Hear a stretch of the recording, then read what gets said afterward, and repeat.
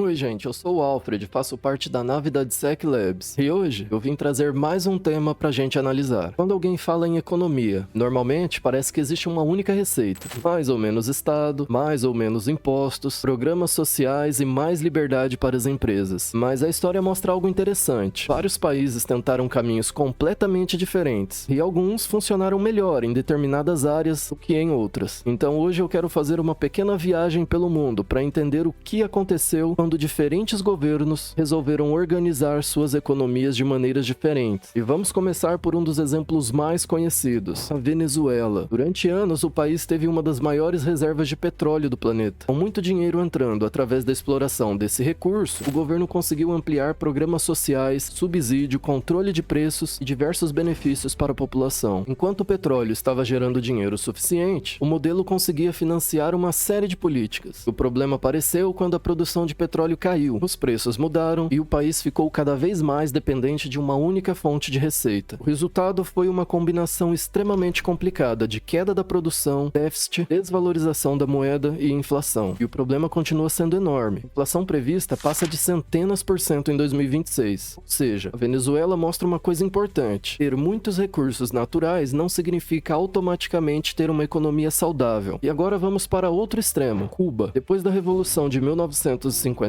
Cuba adotou uma economia centralmente planejada, com uma forte presença estatal na produção, distribuição e prestação de serviços. O Estado passou a controlar grande parte da economia e desenvolveu programas públicos amplos, especialmente nas áreas da saúde e educação. E aqui é importante separar as coisas. Existem sim indicadores sociais que mostram que Cuba apresenta resultados relevantes, mas isso não significa que o seu modelo econômico tenha produzido prosperidade ampla. A economia cubana continua enfrentando muitos problemas de crescimento, produtividade, escassez e acesso a bens. Então Cuba traz outra pergunta interessante. Até onde uma economia consegue priorizar determinados serviços sociais quando a produção e geração de riqueza permanecem limitadas? E agora vamos para um caso completamente diferente. Chile. A partir das reformas iniciadas principalmente nos anos de 1970, o Chile caminhou para uma economia mais aberta, com maior participação do setor privado, comércio internacional e disciplina macroeconômica. O resultado ao longo das décadas foi bastante expressivo. O Banco Mundial destaca que o Chile conseguiu um crescimento econômico sustentado, a redução significativa da pobreza e expansão da classe média. Isso não significa que o modelo chileno seja perfeito, claro. O próprio Chile já passou por discussões intensas sobre desigualdade, previdência, serviços públicos e custo de vida. Mas é um exemplo interessante que mostra que uma economia mais aberta e orientada pelo mercado também pode produzir crescimento e redução da pobreza. E agora vamos para talvez um dos casos mais curiosos de todos. China. Durante décadas, a China teve uma economia extremamente controlada pelo Estado, mas a partir das reformas iniciadas no final dos anos 70, o país começou a permitir cada vez mais mercado, investimento privado, comércio internacional e competição. E olha a ironia, um país governado pelo Partido Comunista acabou utilizando mecanismos de mercado em uma escala gigantesca. Essas reformas ajudaram a transformar a China na segunda maior economia do mundo. Foram acompanhadas por uma enorme redução da pobreza. A China continua misturando as duas coisas. Existe uma presença enorme do Estado, mas também existe um setor privado gigantesco. Exportações, empresas multinacionais e competição. A China não é simplesmente capitalismo, mas também está muito longe de ser aquela economia totalmente planejada há décadas anteriores. Talvez seja justamente isso que torna esse assunto tão interessante, porque quando você olha para esses países, percebe que quase nenhum funciona exatamente como os livros gostam de desenhar. Existem casos em que determinadas políticas funcionaram durante um período, mas se tornaram um problema gigante quando as condições mudaram. A Venezuela tinha petróleo, Cuba tinha programas sociais abrangentes, Chile apostou em uma economia mais aberta, a China abriu espaço para o mercado, mas sem abandonar aquele controle político e uma forte presença estatal. Até mesmo uma política aparentemente perfeita pode produzir consequências que ninguém tinha planejado. E nesse caso eu deixo um questionamento. Quanto poder devemos entregar ao Estado para organizar a economia e quanto devemos deixar para as decisões individuais? Se você pudesse escolher como organizar a economia do Brasil, você daria mais poder ao Estado, deixaria mais decisões para o mercado ou tentaria uma forma de equilíbrio entre os dois? Porque olhando para a história desses países, uma coisa fica clara: cada escolha econômica cria consequências e alguém sempre paga essa conta. Tô esperando o seu comentário aqui embaixo. Participe também das nossas comunidades no WhatsApp e Telegram. Os links estão aqui na descrição. Tô te esperando no próximo vídeo. Tchau!